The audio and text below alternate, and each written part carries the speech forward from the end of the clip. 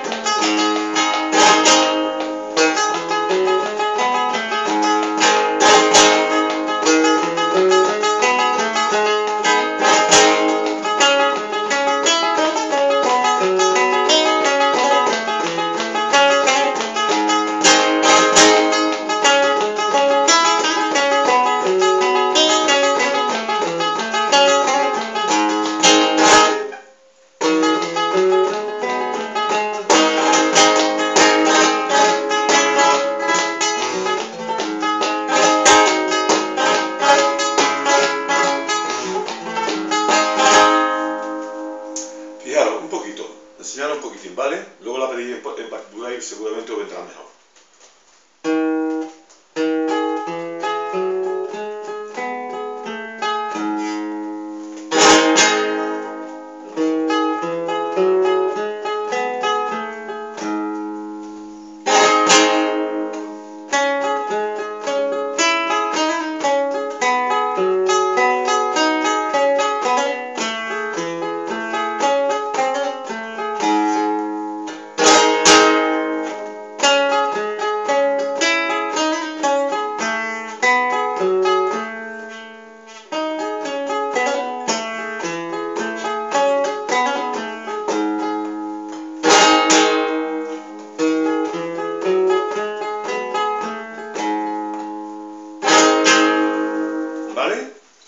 Un poquito más despacio para que la podáis coger si queréis.